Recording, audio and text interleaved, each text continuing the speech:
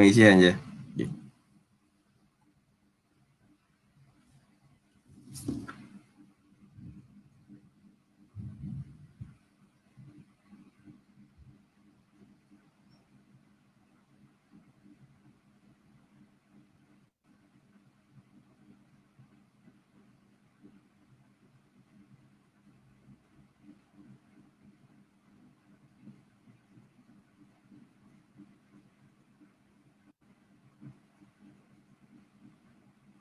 Bismillahirrahmanirrahim. Assalamualaikum warahmatullahi wabarakatuh dan selamat malam kepada semua. Hari ini 3 hari bulan 4 2021. Alhamdulillah kita dah masuk bulan yang baru dan kemudian kita semakin menghampiri bulan Ramadan Al-Karim insya-Allah. Nama saya Ahmad Syian Fazli bin Khairi, jurulatih STEM untuk EduSpace.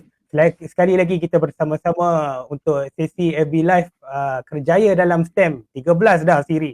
Alhamdulillah dah 13 dah siri dan secara tidak sedar saya telah mengatur kerjaya dalam STEM ni, rupanya topiknya sama dengan Minggu Sains Negara. Dia ada tema Minggu Sains Negara pada tahun ini ialah sains unsur kesihatan, dan pada minggu ini saya dapat mengaturkan, Allah telah mengaturkan dapat ahli panel dalam bidang bioperubatan insya-Allah. Bersama-sama saya sekali lagi untuk tuan-tuan dan perempuan yang baru menonton ataupun baru like page EduSpace, selamat datang pada tuan-tuan dan perempuan. EduSpace merupakan penyedia perkhidmatan latihan STEM untuk kanak-kanak dan juga dewasa. Untuk dewasa kita ada program untuk dewasa seperti komunikasi, team building dan sebagainya. Kalau tuan-tuan dan perempuan nak tahu maklumat lanjut mengenai program-program yang kami buat, boleh pergi ke laman web kami www.eduspace.com.my. Jadi kita untuk program FB Live EduSpace ni selalunya kita ada dua. Yang pertamanya kita ada FB Live EduSpace mengenai dari guru ke guru. Itu lebih kepada perkongsian maklumat untuk para guru. Dan yang untuk hari ini kita ada kerjaya dalam STEM mengenai kita nak memperkenalkan mungkin bidang-bidang yang kurang diterokai atau kita nak exposekan kepada guru-guru dan ibu bapa khususnya bila kerjaya dalam bidang sains ke teknologi ke, tak semestinya nak jadi saintis ataupun tak semestinya nak jadi doktor, tak semestinya nak jadi jurutera saja. Ada banyak lagi. Jadi pada hari ini alhamdulillah saya bersama-sama saya Encik Aiman Jalil, merupakan pegawai teknikal daripada Malaysian Society of Health Quality Society. Minta maaf. Assalamualaikum Encik Aiman. Waalaikumsalam warahmatullahi wabarakatuh. Encik sihat. Alhamdulillah. Baik, sihat. Dapat berjumpa dengan Encik Aiman hari ini. Alhamdulillah kita dipertemukan oleh Allah. Alhamdulillah, semoga dimudahkan segala urusan kita semualah dengan keadaan pandemik COVID-19 sekarang ni. InsyaAllah stay safe semualah. InsyaAllah. Jadi saya pun sebenarnya terkejut selepas bila tengok banyak poster Minggu Sains Negara kan. Baru saya perasan kita punya topik malam ni sama pula dengan tema Minggu Sains Negara, iaitu sains untuk kesihatan dapat pula bioperubatan kan. Memang tidak dirancang sebenarnya kan. Jadi topik apa dalam poster saya tulis topik dia macam kontroversi kan, dalam dia punya poster dia kan dah lah ada bio, ada perubatan pula lagu kan. Jadi kalau macam orang yang saya ni macam berat sikit kan, ada bio lepas tu ada perubatan lagi. Apa dah lagi tak cukup ada bio dan perubatan lagi kan. Mungkin sebagai mukadimah Encik Aiman boleh ceritakan dulu apakah bidang bio perubatan tu sebenarnya. Silakan Encik Aiman. Okay, bismillahirrahmanirrahim. Alhamdulillahirabbil alamin wassalatu wassalamu ala asyrafil anbiya'i wal mursalin wa ala alihi washabihi ajma'in. Assalamualaikum warahmatullahi wabarakatuh kepada puan-puan yang menonton FB Live di eduspace.my ya. Di FB Live dan Encik Syihan sebagai pengurusan eduspace.my dan sahabat anda yang lain yang dari bidang-bidang yang lain, cikgu-cikgu dan para ibu bapa yang sedang tengok FB Live ni, moga sentiasa selamat dan stay safe. So dari mengenai pertanyaan Cik Shihan tu, what is biomed? Ada saya campurization sikit lah semua ya.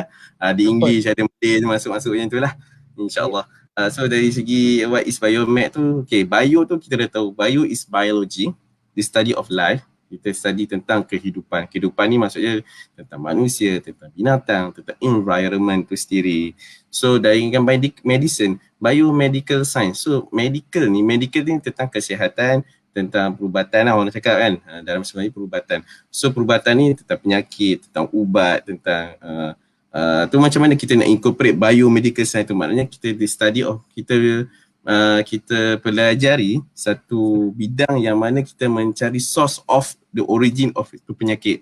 Contohnya ada jenis penyakit, contoh COVID-19 ni. So where is the source? This is where biomedical science ni bidang ni appear, so that we can see the source of the disease. Dan biomedical science ni adalah satu bidang, bioperubatan ni satu bidang yang mana kita selain mencari source, kita mencari treatment. So how can give the treatment towards the patient. Macam mana kita nak attack the virus, how to create a vaccine tu sendiri, itu dalam bidang-bidang bioperubatan lah, orang yang bidang dalam bidang bioperubatan. Tu basically sikit tentang biomedical science lah. Okay. Jadi mungkin Encik Aiman boleh berkongsi juga apa latar belakang pendidikan Encik Aiman, bilanya belajarnya, bidang apa dan di universiti mana belajar pasal bioperubatan. Okey. Saya sampai sekolah menengah, saya start dengan sekolah menengah teruslah. So sekolah menengah, saya bersekolah menengah di SMKL Irsyad. So saya ambil bidang sains lah. So lepas bidang sains, saya masuk UIA. Saya ambil UIA dalam bidang sains. Asasi di UIA, bidang sains. So lepas tu saya ke degree. Degree saya ambil degree dalam bidang bioperubatan lah. So dalam bidang sains tu nanti kami akan dapat pilih lah sama ada kita nak ambil bidang-bidang apalah dalam asasi UIA itu. Sebab UIA dia ada asasi perubatan, ada asasi farmasi, ada asasi kesihatan bersekutu dan sebagainya lah dekat situ. So sampai UIA, sampai habis degree dalam biomedical science, saya sambung master saya deeper lagi dalam medical science tu, tapi saya deeper into the environmental health and safety. Itu part of biomedical science sebenarnya, environmental health and safety tu. Nanti mungkin kita boleh kupas lebih lanjut sekali dalam environmental health and safety tu. Tapi mungkin untuk pengetahuan Encik Aiman, selalunya kita punya FB Live ni banyak penonton-penontonnya dari kalangan ibu bapa dan guru kan. Mungkin rancang anak-anak ataupun adik-adik kita lah yang baru habis SPM dalam bulan ni kan, SPM batch 2020 walaupun 2021 kan. Jadi apa subjek yang dipelajari dalam degree biomedical science tu? Mungkin dapat bagi gambaran sedikit. Okay, biomedical science ni satu macam saya cakap, dia antara integrasi atau percampuran antara biologi dan medical. Macam saya kata, medical ni lebih pada patient dan dengan ubat semua tu. Dan biologi ni kita tengok tentang virus, tentang macam mana satu kejadian tu environment create that kind of disease berlaku lah. So sebenarnya apa yang kita belajar dari biological science, dalam medical science pun belajar. Maksudnya budak medik pun akan belajar benda yang sama. Contohnya saya belajar anatomi, saya belajar immunologi, saya belajar biochemistry, saya belajar apa lagi, patologi. Biochemistry tu incorporate antara biologi dan chemistry. So siapa-siapa yang nak ambil bidang biomedical science ni, you have to have patience. Saya nak kata you have patience in biology and chemistry. Both is very important lah. Biology and chemistry ni memang sangat penting, sebab nanti bila dah masuk dalam bidang degree ni, so kebanyakan kita akan incorporatekan dua subjek ni dalam kita punya study lah. Macam saya kata, immunology tu, biochemistry tu, and banyak lagi. And dalam biomedical science juga kita ada belajar tentang quality, how to ensure the safety of kalau medical safety of hospital, show the environment hospital tu safe in towards patient and also staff and so on. Okay. Itu menarik ke tu sebab banyak saya ada rakan-rakan lain juga dalam bidang bioperubatan ni, mungkin dia boleh dia cerita pengalaman beliau dalam mengambil jurusan bioperubatan ni. Semua subjek Ya. yang Encik Aiman sebutkan, patologi, anatomi tu, Anatomi. kata semua subjek tu ialah subjek killer sebab dia ada banyak hafalan sedikit kan. Jadi mungkin Ya, betul. Biologi apakah lah basically. kan mungkin Encik Aiman boleh bagi gambaran sikit kalau macam adik-adik ataupun mak bapak dan guru nak bagi tahu apa anak dia kan. Apakah apa skill ataupun preparation agaknya yang diorang perlu ada mindset ke ataupun diorang ada kepakaran dalam subjek ni ke sebelum masuk kursus bioperubatan ni? Okay, basically macam saya cakap tadi, dia kena ada passion in these two subject. First is biology, second is chemistry. Chemistry tu sebab kita ada subjek nanti nama biochemistry. And saya belajar sampai advanced biochemistry. Biochemistry saya pun ada 3 part of biochemistry masa throughout 4 years of my study. Ada 3 part of biochemistry. Semua level lain lah. Level 1, level 2, level 3. And how to prepare in this kind of field ni, saya rasa first kali tu mungkin ada passion betul-betul about these two subject. And kedua, selain passion tu adalah minat lah. And of course you have skill to saya tak nak kata hafalan sebab kena orang tak power hafal tak boleh masuk lah, bukan. Maksudnya kalau tak hafal, at least you understand the framework of those subject. InsyaAllah you can do it. And in nowadays dekat even YouTube, you nak belajar through that three things pun very easy now. So you have need a very mentality on selain passion, minat, and also usaha. Kena usaha, make sure you don't give up all those things. Memang berat, memang berat. Microbiology nanti you belajar microbiology yang advance tu memang berat, tapi insyaAllah with those passion you can do it, insyaAllah.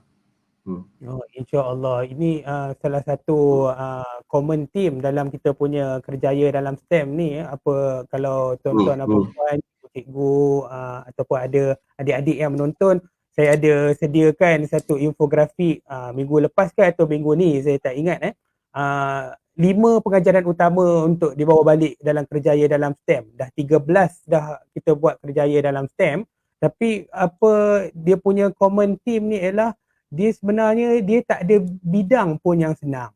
Cumanya kita punya motivasi dalam diri kita tu yang memandu kita untuk kita berjaya tu sebenarnya. Jadi apa yang paling utamanya ialah adik-adik ataupun mak bapak dan guru-guru tu tanamkan dalam minda anak-anak kita ni, kata motivasi itulah yang pendorong utama kita. Kita kalau ada depan di kita ada hutan belukar semua, kita boleh tebas untuk mencapai kejayaan macam tu kan. InsyaAllah begitulah kan. Semuanya apa saya nak tambah sikit. Silakan. Encik Syah, saya tambah sikit. One point yang selalu orang ajar saya ialah study smart and study hard. Dua-dua kena ada. You have to study smart and also study hard so that you can understand. Orang study smart dia akan faham konsep. Orang study hard dia tak akan berhenti bila dia faham. Dia akan cari lagi untuk dia lebih faham. That's one thing yang kita kena belajar. Itu menepati juga salah satu tema dalam kerjaya dalam STEM ni. Dia pelajaran ni dia bukan berhenti setakat di buku teks saja. Jadi bila kita nak belajar tu kita biasa dahagakan ilmu. Dia mungkin kita nak tahu lagi. Jadi memang betul lah motivasi tu yang paling penting dalam kita pergi ke mana-mana bidang pun. Sebab tak ada bidang pun yang senang. Masing-masing ada ranjau dan durinya. InsyaAllah. Betul. Saya setuju. Encik Aiman tadi cerita Encik Aiman masuk di bidang bioperubatan di Universiti Islam Antarabangsa Malaysia. Saya difahamkan laluan pengajian untuk masuk ke Universiti Islam Antarabangsa Malaysia ni dia sedikit berbeza macam yang lain. Kalau yang lain dia boleh lalu ke matrikulasi mungkin subjeknya ada subjek tertentu ataupun STPM. kemudian baru ambil degree kan. Kalau kita nak ke UIA, dia ada laluan di kita panggil program tahmidi foundation gitu Financial kita panggil macam lah. dia ada sedikit berbeza di sikit dia punya course structure-nya dalam sudut subjek bahasa tu patut ada apa perbezaan dalam dia punya length of study tu. Mungkin apa Encik Aiman boleh ceritakan sikit bezanya di situ. Macam ni, Bismillahirrahmanirrahim. Okey, saya akan cuba compactkan how the perjalanan untuk yang dalam UIA ni. Sebenarnya UIA ni sebab International Islamic University of Malaysia, dia international and also Islamic. So one point of bila masuk UIA ni, masa nak isi UPU tu nanti boleh pilih lah asasi. Sebab UIA dia dah ada standardized kind of degree yang you nak nanti masa tu, tapi you kena lalu asasi tu, asasi perubatan, asasi sains kesihatan bersekutu, asasi farmasi dan sebagainya lah. So bila nak masuk asasi ni, bila dah masuk, dah diterima masuk dalam UIA, dia panggil masuk UIA, kita kena melalui 2 test, iaitu English test and Arabic test. So English test ni nanti kita ada kind of exam lah, macam kita jawab exam, ada buat karangan, ada buat objektif and so on. So nanti bila lepas test tu, dia akan placekan kita kepada 6 level. Ini masa zaman saya lah. Kita pada 6 level. So kena lepas di 6 level baru you can masuk degree nanti. Tapi dalam masa sebab UIA dia ada untuk course sains lah. Dia ada setahun dan 2 tahun. So kalau untuk prerequisite untuk dapat setahun atau 2 tahun tu melalui these two test. So satu lagi test macam saya cakap tadi adalah test tentang Arabic test. So tapi jangan risau. Kalau siapa-siapa yang tak ada basic Arabic langsung, jangan risau. Nanti masa jawab exam tu nanti dia ada kolom, dia tulis nanti macam dia kolom lah. Tulis not tak pernah ambil Arabic sign, kita sign, nanti dia akan masukkan kita. Kena belajar Arabic juga, jangan risau. Tapi very simple but interesting. Dia untuk bahagian sign dia hanya perlu lalui 2 level. Level 1 Arabic, level 2 Arabic. Yang tu bagi saya untuk sekolah menengah dia macam form 1, form 2 punya je subjek. So tapi kita akan belajar lah macam mana nak buat ayat semua tu. It's very interesting. And one more thing is dalam asasi UIA ni kita sebab international Islamic, so kita incorporate Islamic punya core dalam kita punya pengajian. Contoh kita belajar kita ada test Al-Quran, one more, satu lagi test Al-Quran. Test Al-Quran ni kita akan bawa Quran, kita ada few surah kita kena hafal. Dan keduanya kita akan baca tilawah depan ustaz, and ustaz akan check whether kita punya tu, nanti dia akan kalau dia akan kata dudus. Kalau tak okey kena masuk kelas tilawah, namanya tilawah 1 atau tilawah 2. Tapi kita dari situlah macam mana nak lepas these two ni kita akan ditentukan sama ada setahun atau 2 tahun. Macam itulah how we go through those tests untuk dapat masuk 1 year atau 2 years program. Menarik kat tu dia. Dia kalau kita bahasa Arab kita panggil syumul dan lengkap untuk bila kita nak menyediakan seorang tu, dia bukan saja kena tahu dalam dia punya topik tu. Dia kena lengkap juga dari sudut agamanya mengikut cara kandak universiti kan. Jadi itulah dia corak dalam UIAM gitu saya tambah sikit bila kita masuk tu, kita UIA ni kita akan selarikan antara sains dan Islam tu. So masa kita buat report, masa kita buat kerja homework tu, so kita kena ambil what Islam kata tentang ni. Contohnya buat report tentang biologi, so kita akan masukkan elemen Islam dalam biologi tu. Adalah point dia nanti kita kena buat. That's how interesting kita rasa macam science dengan religion is very connected. It's not two different things. It's very connected. Islam, science mengikut Islam sebenarnya. Macam tu lah kind of thing. Okay. Itu memang sangat mantap lah apa cara pembawakan apa di UIA, dan saya pasti juga apa hasrat yang sama dibawa oleh satu lagi adik-beradik UIA itu Usin. Kan? InsyaAllah kita melahirkan profesional di sana. Tapi tak ya saya.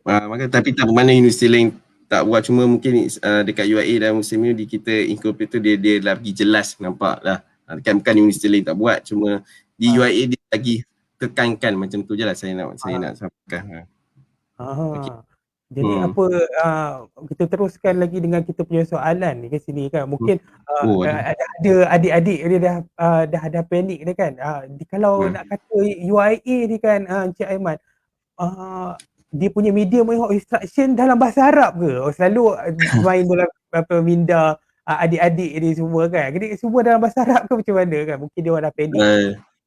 Tak. Sebenarnya dalam UIA ni bahasa kita panggil lingua franca lah. Kita masih bahasa rasmi dia English and also Arabic. Tapi jangan risau, masa belajar mengajar tu kalau kita tak ada student international dalam tu, doktor macam biasa doktor akan still ajar macam kita belajar kat sekolah English, but also dah kita campurization macam saya ni lah. Ada English, ada Malay. Kalau tak faham kita kata, cuma kalau ada international student kita akan, of course kita akan belajar dalam English lah kalau ada international student dalam kelas. Jangan risau, kita memang banyak international student. So you can learn about their culture in there. InsyaAllah. Jadi adik-adik yang di luar sana ataupun ibu bapa sana boleh tenangkan anak-anak di luar sana kan. Semua dia bukan bahasa Arab kan, tiba-tiba macam asasi Jepun kena belajar semua dalam bahasa Jepun kan. Kalau macam di UIA ni tak ada tiba-tiba kata hayya takakalam al-Arabiah pula kan. La insya-Allah kan. Tapi kita teruskan kita punya topik ni, kerjaya dalam STEM kan. Kita dah habis satu bahagian, kita belajar, kita dah bincang mengenai dia punya laluan pengajian kat situ. Cuma nak gambaran kerjayanya pula dalam bidang bioperawatan tu, apakah antara contohnya bila dah adik-adik ni nanti dah graduate nanti, apa antara kerjaya yang menanti mereka dalam pasaran kerjaya? Baik. InsyaAllah. Bismillahirrahmanirrahim. Kerjaya dalam bidang biomedicine ini, sebab biomedical science atau bioscience bioperubatan ni ada satu vast, maksudnya satu bidang yang sangat luas. Kita belajar tentang, selain daripada tentang yang saya cakap tadi lah, tentang macam mana the history of the disease, macam kita nak cari punca the disease, macam mana kita cari how to treat the disease, correct drugs and so on. Dia secara asasnya selain dari kita kerja dekat kita kejayaan dalam bidang, selalunya kalau dekat hospital, kita boleh masuk hospital, dia akan kerja dekat makmal perubatan lah. Kita tahu jawatannya pegawai sains ataupun medical lab technologies. Dalam tu kita ada medical lab technology. So antara dua jawatan ni kita untuk dalam hospital lah. So dalam dekat untuk bahagian lab, saya cerita untuk bahagian lab lagi, dekat luar banyak lab luar yang memang hire biomedical science people untuk do research and also do research in those in certain field, mungkin dalam stem cell, mungkin dalam bidang vaksin, dalam bidang macam ubat dan banyak lagi. Dan bidang kerajaan, pegawai penyelidik, pegawai sains tu pun part of biomedical science punya student. And others is selain daripada tu, daripada bidang kesihatan, dari bidang kesihatan secara dekat hospital, dekat universiti pun ada, kita ada jadi academician, itu akan jadi lecturer boleh untuk belajar dalam bidang biomedical science ni. Ada ambil food safety, ada ambil bahagian molekular, ada bahagian biochemistry. Dan lagi satu saya nak cakap ni, mungkin dalam bidang lain selain daripada bidang academician dan daripada bidang makmal tu pun ada. Contohnya, a few of my friends, dia kerja dengan syarikat insurance, bukan syarikat insurance, as a medical claim yang mana bila kita akan dapat selalunya, sebab saya ada experience sendiri dalam medical claim ni, because saya saya pernah praktikal dalam bahagian dekat one of insurance company dekat Malaysia ni. Saya pernah pergi sana sebagai praktikal dekat situ sebagai dalam health services punya department. So apa kerja saya akan tengok medical claim. From those medical claims, so saya akan tengok check whether the disease kena dengan ubat tu. So that's how we do. So saya kena check lah, betul lah kalau orang sakit kepala kenalah makan paracetamol. Semua ni perlukan ilmu dalam bidang medical science. Bidang biomedical science is part of it. Kita belajar tentang ubat, kita belajar tentang disease, kita belajar. So ada few, actually ramai juga my friends yang engineer yang berbidang dalam bidang medical dari as a medical claim ni. And ada also and lepas tu ada masuk dalam bidang kualiti. Macam saya sendiri, saya kerja di satu syarikat bernama Malaysian Society for Quality in Health, iaitu syarikat yang menilai kualiti perkhidmatan di hospital dan di klinik-klinik kesihatan awam, di klinik di hemodialysis center. Apa bidang saya dalam biomed ni adalah kualiti. Sebab dalam biomedical science kita belajar tentang quality assurance. Kita belajar tentang kualiti, macam mana nak capai kualiti dalam certain things. So saya ambil bidang kualiti ni untuk dalam bidang kerjaya saya lah, untuk teruskan dalam kerjaya saya lah. Okay. Tadi Encik Aiman dah cerita sedikit mengenai kerjaya Encik Aiman kan. Mungkin Encik Aiman boleh kupaskan lagi apa mengenai syarikat Malaysian Society in Quality in Health kan, MSQH tu, mungkin sedikit mengenai kenapa dia ditubuhkan ataupun fungsi dan aktiviti terkininya. Okay, Malaysian Society for Quality in Health, MSQH, adalah satu badan kita panggil akreditasi, tapi dalam senang bahasa Melayu kita badan penilai. Badan penilai yang memberi penilaian terhadap semua kemudahan-kemudahan kesihatan dan perkhidmatan di Malaysia, seperti hospital, klinik, di hemodialysis center iaitu pusat-pusat dialisis dan juga klinik gigi. So kami akan memberikan persijilan mengakui bahawa satu pengakuan bahawa this hospital klinik atau klinik adalah tempat yang berkualiti, yang berjaya mencapai standard-standard yang telah diiktiraf oleh MOH atau pihak kerajaan kita dan juga WHO. Sebab MSQH ada satu company yang ditubuhkan, kita panggil the baby of, kami ni adalah, bos saya bercakap macam ni, we are the baby of KKM. Kami adalah satu syarikat yang diiktiraf oleh KKM sendiri, Kementerian Kesihatan dan Standard Malaysia, dan juga satu international badan antarabangsa iaitu International Quality for Quality in Health ataupun nama dia ISQA. Dan ISQA ni adalah dipayungi oleh WHO. So dekat Malaysia ni kami adalah satu badan penilai yang diberi kelayakan untuk menilai semua bahagian kesihatan dekat Malaysia. So kalau siapa-siapa pergi hospital tu nampak sijil MSQH atau MSQH accredited tu, maknanya hospital tu dah berjaya diberi penilaian yang bahawa hospital ni adalah hospital yang berkualiti dan selamat. Macam tu. Jadi mungkin ini satu baru pada saya juga, sebabnya mungkin kita tengok ada kualiti dalam makanan saja ke, ataupun selama ni kita cerita pasal jerebu ke kualiti mengenai udara kan, tapi sebenarnya dalam bidang kesihatan tu ada badan yang akan mengawasi, badan akreditasi yang tengok kualiti hospital-hospital tu, supaya bila kita dapat rawatan tu nanti tak adalah kita dapat perawatan yang tak apa-apa kan, kita nak betul Cik. Sebab kesihatan ni dia bukan benda main-main kan, dia semuanya berlandaskan dengan benda sains sebenarnya kan. Tapi mungkin Aiman boleh bagikan gambaran, sebab kita cerita tadi pasal bioperubatan, mungkin cerita pasal banyak patologi apa semua kan. Tapi Aiman punya pekerjaan, kalau kita tengok title dia jadi sebagai pegawai teknikal je, betul ke? Betul. Jadi bagaimanakah skop sebagai pegawai teknikal tu? Adakah pergi ke lapangan bermain dengan penyakit ke dan sebagainya? So sebagai pegawai teknikal ni kami ada terlibat dalam sebab MSQH ni adalah badan yang kami akan buat standard dekat Malaysia, standard kesihatan yang dekat Malaysia. Contohnya macam standard dekat lab, patology lab, blood transfusion lab, kita akan buat radiology lab, semua tu kita radiology department, kita ada kardiologi, kita akan buat standard yang perlu dicapai oleh setiap hospital tu. So pegawai teknikal adalah salah seorang yang terlibat dalam menghasilkan that standard lah. So tugas saya pergi ke hospital, make sure that hospital, that department comply dengan standard yang kita tetapkan. Contohnya macam saya bidang biomedical science, bidang biomedical science, saya punya subspecialty, maknanya saya banyak ke arah lab dengan blood transfusion. So bila saya pergi lab dengan blood transfusion lab, so saya tahu apa yang perlu ada dalam lab tu.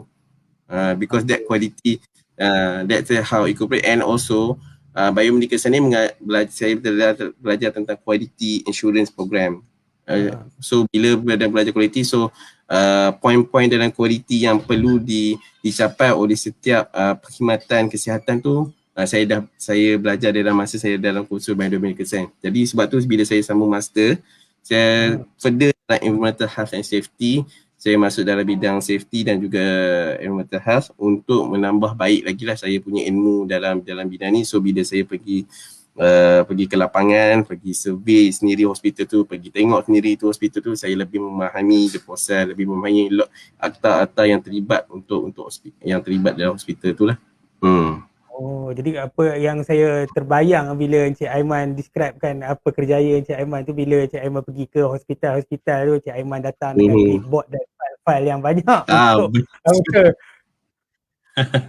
Itu betul lah. Tapi pergi seorang lah. MSQH ni kita akan panggil bukan pegawai teknikal saja. Kita pegawai teknikal sebagai pemegang standard, tapi kita siapa yang akan kita akan panggil pakar-pakar dalam bidang kesihatan lah. So pakar-pakar patologis, kita akan panggil pakar dalam bidang jantung. Untuk pakar-pakar dalam bidang pembedahan, kita akan panggil ketua-ketua jabatan dari kesihatan, itu pengarah kesihatan negeri turun untuk bersama-sama create a team. So from this team, we call this survey team, pergi ke hospital tu to verify, evaluate. So kita dapat enable and kita dapat educate the hospital how to make your hospital more quality and more safe. Itu saja. So that patient dalam hospital tu selamat. So tak naklah kita pergi hospital tu tiba-tiba nak terbakar. So pergi hospital tu dapat ubat yang salah kan. Kita pergi hospital, lab tiba-tiba masuk lab tu, lab yang tak terurus, dengan orang yang nak buat kerja dalam lab tu tak ada sertifikat yang betul.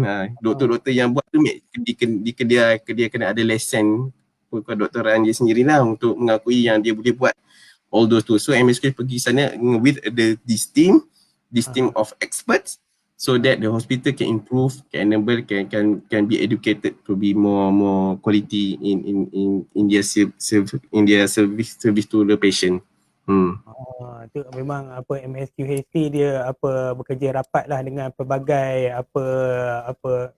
jabatan kalau dengan jabatan negeri, dan juga mungkin yang expert tu mungkin dalam bidang akademia lah kebanyakannya kan, kita akademik dan juga hospital lah, siapa yang memang pakar-pakar perubatan sendirilah daripada KKM sendiri. Begitu. Mungkin bila Encik Aiman berceritakan pasal perkhususan Encik Aiman melihat kepada blood transfusion tu kan, itu memang perkara yang boleh melitik peluh juga tu, sebab ia satu benda yang sebab darah kan dia mengandungi pelbagai benda kan. Jadi kalau kita tidak monitor benda tu, mungkin banyak katastrofi terjadi kan kalau kita pandang. Betul. So kita nak reduce the risk of tersalah blood transfuse, masuk blood transfusion. And orang yang belajar dalam medical science ni, itu biomedical especially, dia akan tahulah kalau siapa yang tersalah transfuse, what can happen to our body. Our body will attack our body sendiri kalau tersalah transfuse darah tu. Begitu. Jadi sekarang kita dah nampak dah Encik Aiman merupakan graduan di bahagian bioperubatan. Kemudian sekarang Encik Aiman bekerja sebagai pegawai teknikal di syarikat tersebut. Betul ke Encik Aiman tadi ada sentuh sedikit mengenai masters, tapi masters tu dia mengenai environmental health kan. Boleh Encik Aiman ceritakan sedikit pasal master Encik Aiman dan apa kaitannya, sebab dia bioperubatan, betul tiba-tiba environmental health tu mungkin boleh bawakan bagaimana kaitan. Sebenarnya dalam medical science bioperubatan kita ada belajar tentang environment, actually how so kita belajar about environment microbiology, we learn about pollution, all those tu dalam biomedical science kita belajar. So environmental health ni saya go deeper into that field, saya bidang masuk dalam itu, so saya belajar tentang how environmental health ni, saya belajar tentang pollution, contohnya macam jerubu bulu, macam ni impact kalau dekat hospital tak ada satu pengudaraan yang baik, macam mana persekitaran tu dapat memberi satu kesihatan yang sihat kepada patient. And also selain tu daripada saya belajar tentang, kalau environmental ni saya belajar advanced toxicology. Toksikologi pun dalam biomedical science saya belajar toksikologi. Bila masuk master saya belajar advanced toksikologi. So saya belajar tentang perkara-perkara yang memberi toksik terhadap manusia. So dalam benda tu saya belajar deeper so that I can use in masa dalam field kerja saya lah. Benda-benda yang bertoksik yang menyebabkan patient menjadi lebih sakit kalau dekat hospital. Apa-apa perkara yang menyebabkan dari segi patient safety itulah apa yang kita boleh improve. Macam tu dah. Oh, jadi itu perkara yang menarik untuk kita tengok sebenarnya memang terlalu banyaklah bidang yang kita boleh pergi dalam bioperubatan ni. Saya pernah dengar orang bagi ibaratnya orang ambil dalam bidang bioperubatan ni, dia satu langkah je lagi nak menjadi doktor. Betul. Ada betul. Tapi apa membezakannya apa orang yang ambil bioperubatan ni dengan doktor perubatan yang sebenar? Okey, macam ni. Kalau dekat negara-negara luar, biomedical science dan medical science ni first year and third year dia akan duduk satu kelas sebab they learn the same thing. They learn anatomy, they learn macam saya cakap immunology, biochemistry, microbiology, semua tu dia orang belajar sekali. Cuma biomedical ni ada people are behind the scene. Doktor, medical person dia akan berjumpa patient tu macam mana nak merawat. Doktor ambil darah, so saya bagi the framework of the flow. Doktor ambil darah daripada, contohnya doktor ambil darah dari patient, nurse ambil darah daripada patient. Darah tu dibawa untuk dianalisa. Siapa yang analisa? Adalah orang biomedical science. So we are the one who menentukan this patient is problem or not. Masa saya praktikal dekat satu hospital besar dekat satu negeri, saya belajar sendiri lah macam mana nak tengok. Saya pernah tengok sel orang, macam mana daripada doktor tu ambil sel orang tu bagi kat saya, tu saya tengok mikroskop nak tengok apa problem dalam sel tu. Ada sel pecah-pecah, ada red blood cell yang pecah-pecah. Itu adalah kerja yang perlu ada dalam biomedical science. Doktor tak tengok itu. Selalunya doktor yang advance dia akan tengok advance dari segi dia specialist in those kind lah. So tapi yang first line yang akan tengok dulu adalah people in biomedical science. Dia akan tengok whether okay, dan kita akan buat report. Kita akan buat report dekat doktor. This are the result. From this result, okay, doktor akan bagi cara untuk buat treatment. Macam tu lah. Macam mana kita incorporate how we work together with medical science.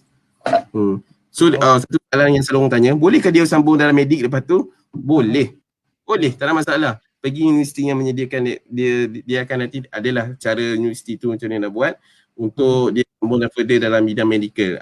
Ada certain subjek yang dia tak perlu ambil, ada certain subjek yang perlu ambil. Macam tu lah.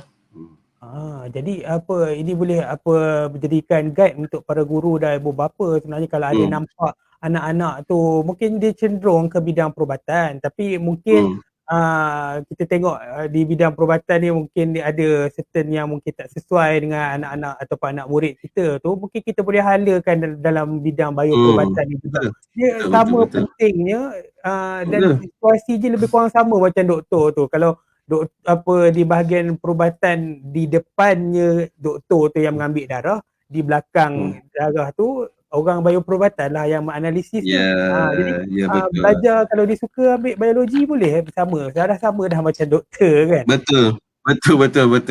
Itu memang betul. Contohnya tambah dalam keadaan pandemik sekarang ni, orang yang belajar medical science dan medical lab technologies yang selalunya yang saya akan kata ni pendapat saya sendiri, mungkin salah, mungkin betul. Pendapat saya sendiri, we are biomedical scientist adalah biomedical people yang dalam lab tertentu yang check all those test yang COVID test tu adalah orang yang berada bidang ni, one of the frontliner juga sebenarnya. Because dia kena full PPE juga because of that disease yang bahaya tu. Saya dah jumpa macam-macam jenis bakteria yang saya jumpa masa saya ambil sample with the patient tu macam-macam, ada bulat, ada macam-macam lah, and very interesting for me lah. For me it's very interesting kind of experience lah.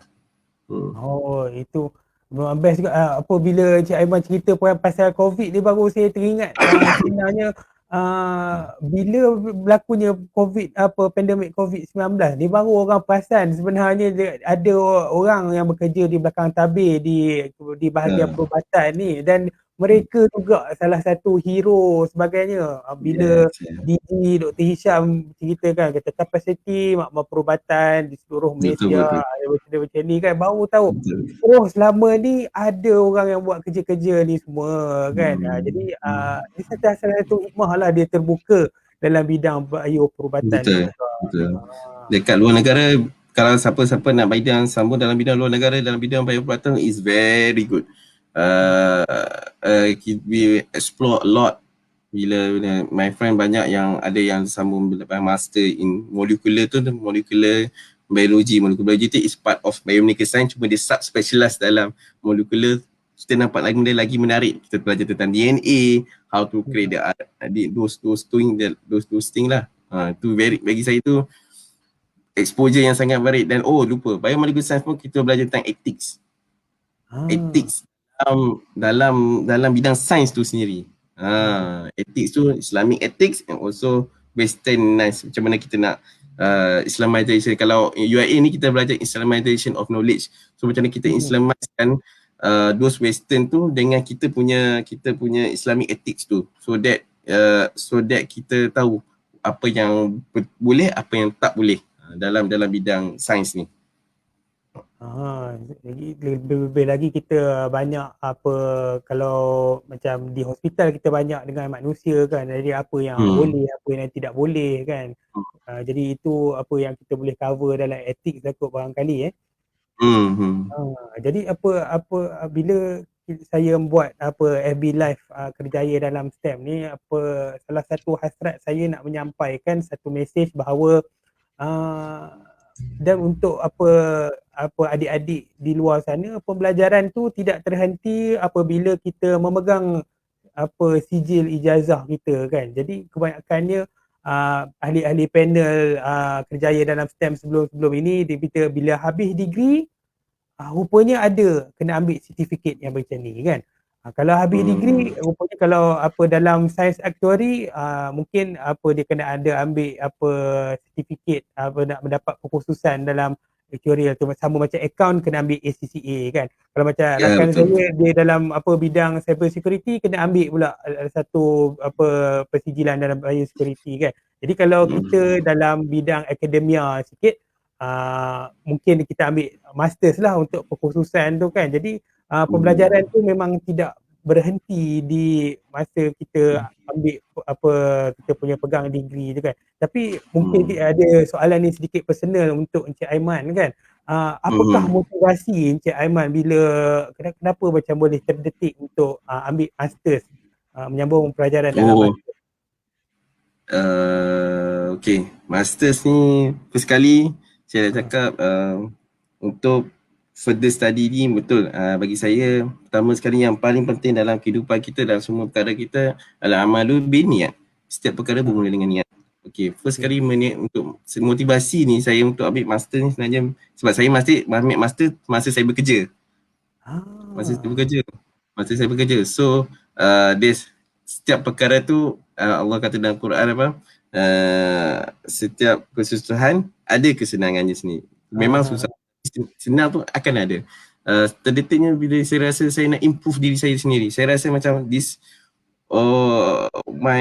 dahagakan knowledge tu a bit macam interest me.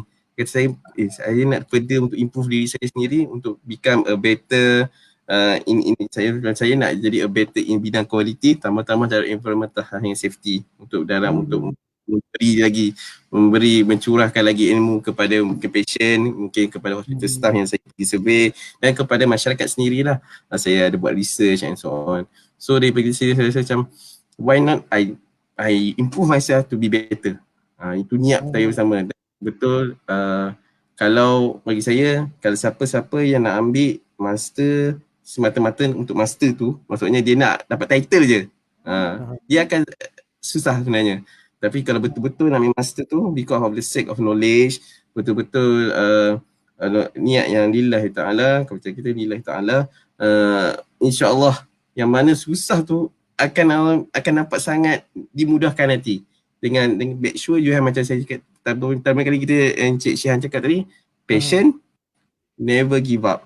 That's one point yang paling penting untuk kita further in study dalam master dan bidang mana-mana pun. Semua ada dia punya kesusahan sendiri. Tapi nanti akan ada kesenangan. Sekejap ya. Ya. Teruskan. Jadi insya-Allah bila kita bercerita pasal peringkat sarjana lah kan, peringkat master ni. Encik Aiman ada bercerita Encik Aiman mengambil master ketika bekerja kan. Jadi saya pasti kita ambil master tu pun dia adalah satu perjalanan hidup yang it's a resource intensive sebenarnya. Sebab tumpuan kita banyak dan keperluan pembahagian masa dan juga fokus tu sendiri kan. Mungkin antara kat sini mungkin ada saya pasti ada guru yang sedang berkira-kira untuk mengambil master dalam peringkat lebih tinggi kan. Mungkin dia orang fikir saya mengajar siang dan nak ambil master juga kan. Mungkin dari sudut perspektif Encik Aiman boleh kongsikan, mana nak tahu ianya bermanfaat kepada penonton di luar sana. Adakah tips macam mana Encik Aiman mengimbangkan melanjutkan pelajaran sambil bekerja ni? Okay. Pertama sekali, ini apa yang saya buat ya. Maybe macam mana saya buat, how I divide my time masa kerja dan semasa saya ni, sebab kerja saya pun banyak busy dan masa saya master. Pertama sekali betul perjadualan waktu tu kena tepat. So kena bahagi masa kita betul-betul antara work job and also our master's job. Tapi itulah dalam bidang master ni setiap universiti lain-lain cara program tu dilaksanakan. Macam saya ambil dekat UiTM Puncak Alam, saya ada kelas hujung minggu. So masa hujung minggu tu bila saya dapat kelas dan saya dapat assignment, saya akan cuba siapkan. And selalunya yang one thing yang selalu saya buat masa saya tengah ambil master dalam bidang master dan saya punya job yang saya ada tu, saya lepas subuh selalunya saya akan terus buat kerja saya because very fresh in our mind in that time. Very fresh. So the ideas untuk kita buat tesis, dia problem master ni selalunya cikgu-cikgu ke siapa-siapa dia nak buat tesis tu, how to write a tesis tu. And also tips dia betul, saya buat lepas subuh tu insyaAllah idea banyak. Dan pertama, yang keduanya betul saya kata tadi, niat betul-betul for not sake of that master, but for the sake of knowledge. Make sure yang kita buat tu, passion kita tu sebab knowledge tu. Mungkin dalam bidang cikgu nak ambil further in the education, so you can give more to your student. And also and doa daripada parents, and also doa daripada kita doa kepada Allah supaya memberi kita kemudahan. Susah, tapi dengan your patience, dengan never give up, dengan pertolongan yang Allah akan hantar, bila you buat, no worries, everything will fine. You never know when saya cakap ni, selagi mana kita tak buka pintu tu, kita takkan tahu apa yang ada kat dalam. So that you never know kalau you never try kan. So try your, insyaAllah everything will go up and down, tapi insyaAllah Allah akan keringkan jalan for you. No worries. Saya sangat berminat dengan apa pesanan ayahanda Encik Aiman tu. Selagi kita tak buka pintu tu, kita tak tahu benda apa. Ini mungkin pesanan untuk diri saya juga kan. Saya ialah jenis orang yang terlalu banyak berfikir untuk buat satu tindakan tu. Mungkin kita perlu mencubanya dulu kan. Selagi kita tak cuba, kita terlalu berfikir kan ini akan apa jadi kan. Itu mungkin dalam minda kita sahaja kan. Jadi kita cuba dan lihat sendiri, insya-Allah. Okey. InsyaAllah. Saya rasa itu saja posisi perkongsian pada malam ini. Alhamdulillah kita dapat bersama-sama Encik Aiman. Terima kasih banyak-banyak kerana bersama-sama kami.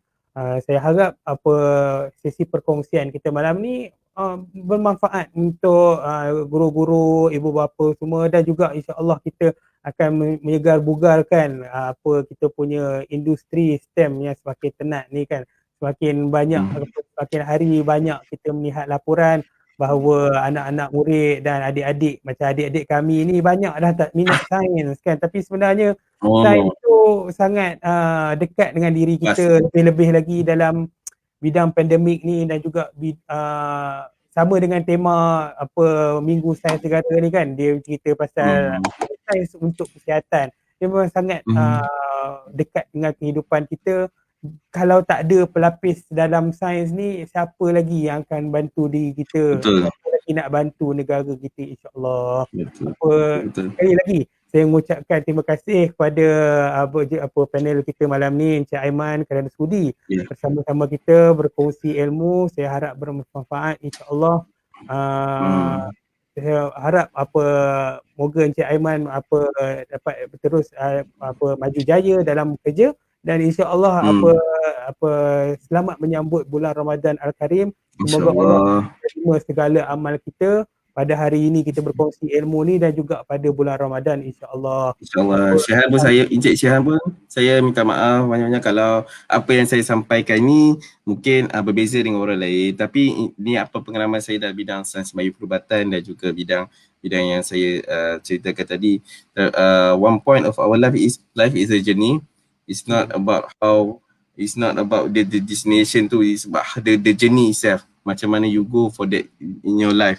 InsyaAllah everything will be fine. Kita perlukan generasi baru yang bidang sains ni, yang kita generasi yang lebih inovatif daripada kita, yang lebih kreatif untuk kita, untuk create a better nation, in better science, a better kesihatan and better ummah itself, because Islam and science is sangat related. Saya nak katakan Islam and science dia sangat berkaitan, dan rugi kalau kita tak lahirkan saintis-saintis Islam sendiri, kita tak lahirkan orang yang pakar dalam bidang sains sendiri, dan untuk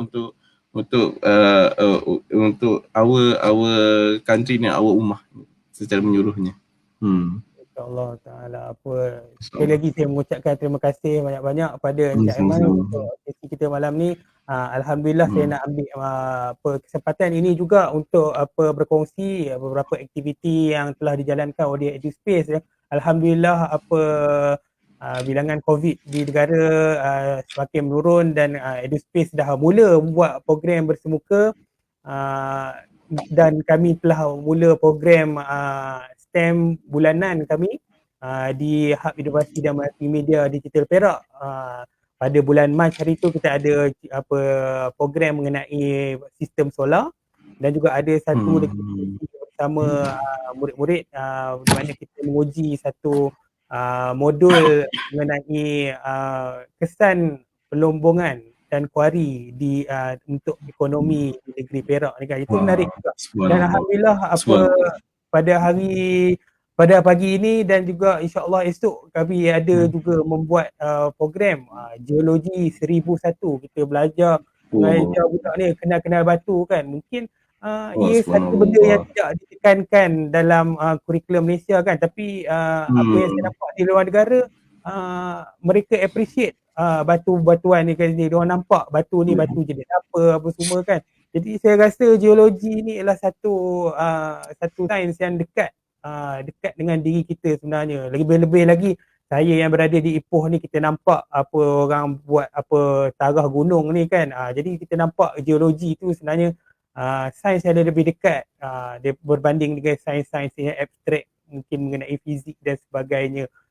InsyaAllah. Jadi sekali lagi saya mengucapkan terima kasih.